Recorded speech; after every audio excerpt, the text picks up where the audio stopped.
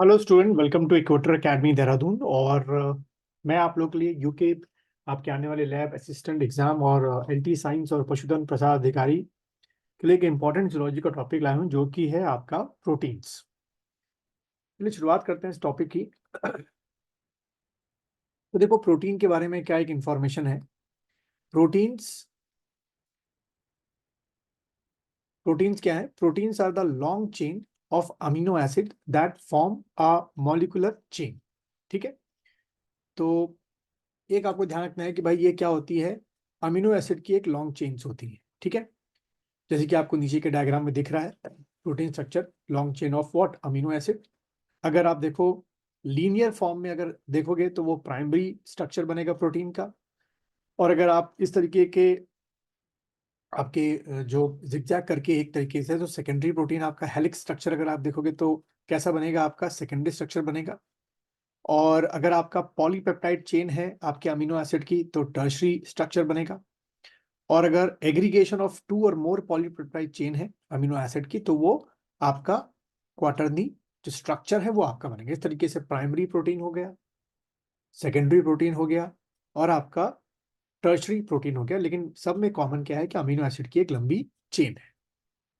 फिर उसके बाद the main function of all proteins, चाहे वो प्राइमरी या सेकेंडरी हो, is to build tissue in our body by binding cell together and through its peptide bonds. ठीक है। इनके बीच में क्या बनते हैं? आपके पेप्टाइड्स बॉन्ड बनते हैं।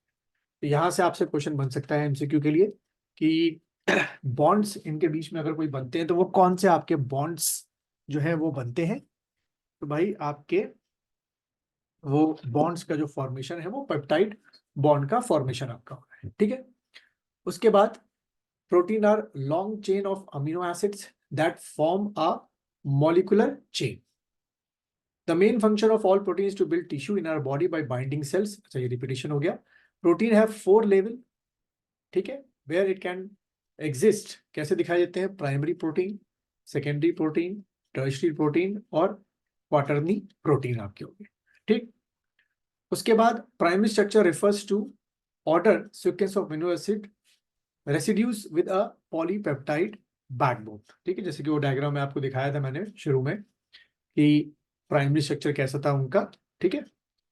और secondary protein involve hydrogen bonding between the atoms which causes folding और bending such as alpha helix और बीटा स्ट्रैंड फॉर्मेशन। तो क्वेश्चन एमसीक्यू के लिए कैसे बन सकता है?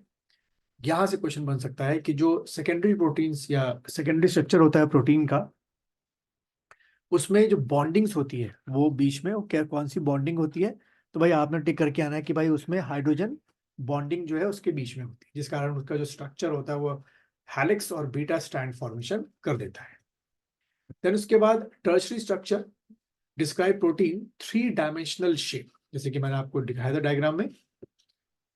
देन उसके बाद क्वाटरनी प्रोटीन या structure pertains to the formation of complex between the two more polypeptide chain, जैसे कि आप शुरू में ही यहाँ पे ये डायग्राम देख सकते हैं जो यहाँ पर ये दिखाया गया है। ठीक है। तो ये प्राइमरी, सेकेंडरी, टर्शरी और क्वाटरनी आपका हो गया। उसके बाद there are five main classes of protein which can classified according to their function. यानी कि यहाँ पर जो क्लासिफिकेशन है प्रोटीन का, अब वो स्ट्रक्चर पे ना होके अब उनके किस पे है? फंक्शन पे है।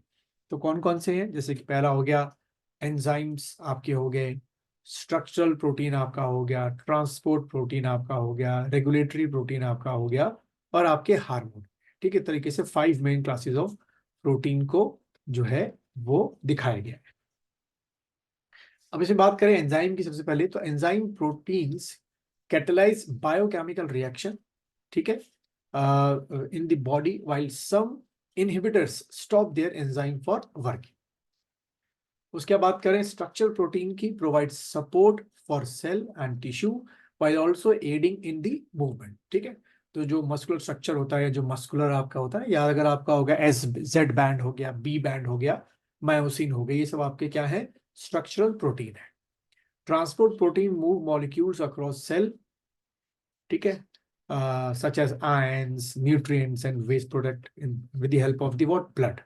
Regulatory protein control cellular process by turning genes on और ऑफ। यानी कि जो आपका जीन एक्सप्रेशन होता है, ध्यान रखना, जीन जो आपका एक्सप्रेशन होता है, ठीक है, एक्सप्रेशन, उसमें रेगुलेटरी प्रोटीन बहुत इंपॉर्टेंट रोल प्ले करते हैं। हार्मोन्स जो भी प्रोटीन माना गया है, act as a chemical messenger to communicate between the cell.